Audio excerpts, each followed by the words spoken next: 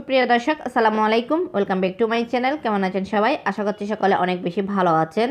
আজকের রেসিপিতে আপনাদের সাথে শেয়ার করব ডিমের পিঠা। এই পিঠাটা খেতে কিন্তু অনেক মজা, এটা একটু মচমচে হয়, খেতে কিন্তু অনেক দিন রেখে এই পিঠাটা খাওয়া যায়, খেতে কিন্তু অনেক টেস্টি।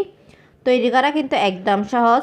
ডিম আর ময়দা দিয়ে কিন্তু এই পিঠাটা তৈরি করতে পারেন, ময়দার পরিবর্তে কিন্তু আপনারা আটাও ব্যবহার করতে পারেন। ভালো লাগে থাকে তাহলে লাইক, কমেন্ট এবং বেশি বেশি করে শেয়ার করবেন। তাহলে চলুন শুরু করা যাক। প্রথমে আমি এখানে দেখেন 1 টেবিল চামচ ঘি নিয়ে নিয়েছি। আপনারা চাইলে ঘিয়ের পরিবর্তে কিন্তু বাটারও ব্যবহার করতে পারেন।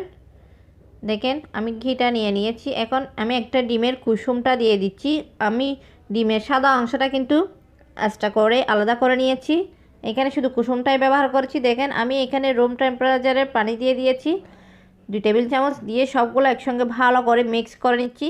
দেখেন আমি এখানে 1/2 টেবিল চামচ ভিনেগার দিয়ে দিচ্ছি, দিয়ে ভালো করে একটু মিক্স করে নিচ্ছি। আবারও আমি কিছুক্ষণ সময় নিয়ে এইগুলো ফেটিয়ে নিচ্ছি। দেখেন ফেটিয়ে নিয়ে নিয়েছি। আমি এখানে 2 টেবিল চামচ চিনি দিয়ে দিচ্ছি, চিনিটাও ভালো করে একটু মিক্স করে নিচ্ছি। আপনারা চাইলে চিনিটা এখানে অ্যাড না করে পরে শিরাও ব্যবহার করতে পারেন। শিরাটা দেখেন মিক্স করা হয়ে গেছে। আমি এখানে 1 কাপ ময়দা দিয়ে দিচ্ছি। ময়দাটা একটা আমি চাটনির সাহায্যে চেলে দিয়ে দিচ্ছি। দেখেন আমি এখানে 1 টেবিল চামচ বেকিং পাউডার দিয়ে দিচ্ছি, দিয়ে ভালো করে সবগুলো একটু মিক্স করে নিচ্ছি। দেখেন আমি হাত দিয়ে মিক্স করে নিচ্ছি। আমি একটা সফট ডো তৈরি করে নিচ্ছি।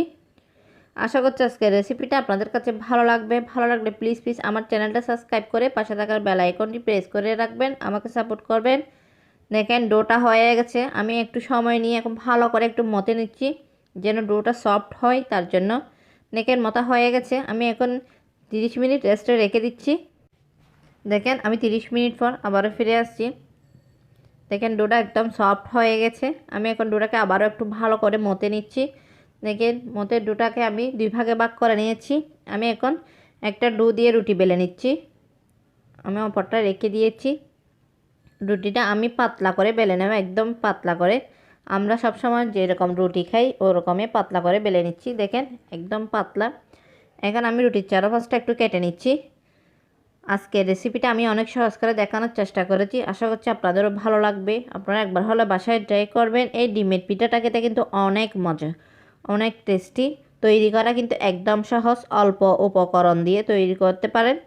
দেখেন আমি কত সহজে এই পিঠাটা তৈরি করে নিচ্ছি। এটা তৈরি করা কিন্তু তেমন ঝামেলাও নেই, একদম ঝটপট তৈরি করে নিতে পারেন অল্প উপকরণে, অল্প সময়ে। কিন্তু খুবই সুন্দর একটা পিঠা, খেতেও কিন্তু অনেক মজা, দেখতেও কিন্তু সুন্দর। দেখেন একদম সহজ এই পিঠাটা।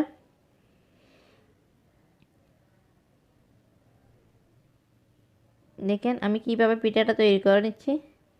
দেখেন আমি একটা পিঠা তৈরি করে নিয়েছি। দেখেন কত সুন্দর হয়েছে পিঠাটা। আমি আরেকটা পিঠা তৈরি করে নিচ্ছি।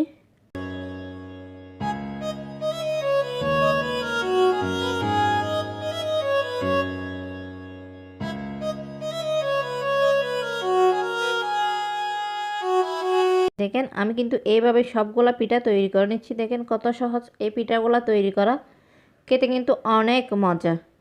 দেখেন আমি এখন পরের স্টেপে চালাচ্ছি। আমি আগে থেকে অয়েলটা ভালো করে গরম করে নিয়েছি। দেখেন আমি এখন একটা একটা পিঠা দিয়ে পিঠাটা ভেজে নিচ্ছি। চুলার ফ্লেমটা কিন্তু মিডিয়ামে রেখেছি, হাই হিটে দেওয়া যাবে না, তাহলে তাড়াতাড়ি কালার এসে যাবে, পিঠাটা তখন মচমচে হবে না। দেখেন আমি চুলার ফ্লেমটা মিডিয়ামে রেখে ভেজে নিচ্ছি।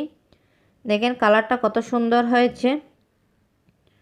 আশা করছি আজকের রেসিপিটা আপনাদের কাছে ভালো লাগবে। ভালো লাগলে বাসায় একবার হলো ট্রাই করবেন, দেখবেন ফ্যামিলির সবাই পছন্দ করবে। দেখেন আমি কিন্তু এইভাবে সবগুলা পিঠা ভেজে নিচ্ছি। দেখেন ভেজে আপনাদেরকে সার্ভ করে দেখাচ্ছি। দেখেন আমি এখন আপনাদেরকে সার্ভ করে দেখাচ্ছি। দেখেন কালারটা কত সুন্দর হয়েছে। এই পিঠাটা কিন্তু অনেক মচমচে হয়, খেতেও কিন্তু অনেক টেস্টি।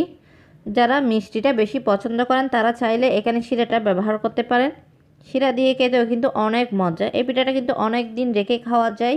দেখেন আমি এই পিঠাটা একটু ভেঙে দেখাচ্ছি। দেখেন কত মচমচে হয়েছে এই পিঠাটা। আর আজকের রেসিপিটা আপনাদের কাছে কেমন লেগেছে অবশ্যই কমেন্ট করে জানাবেন।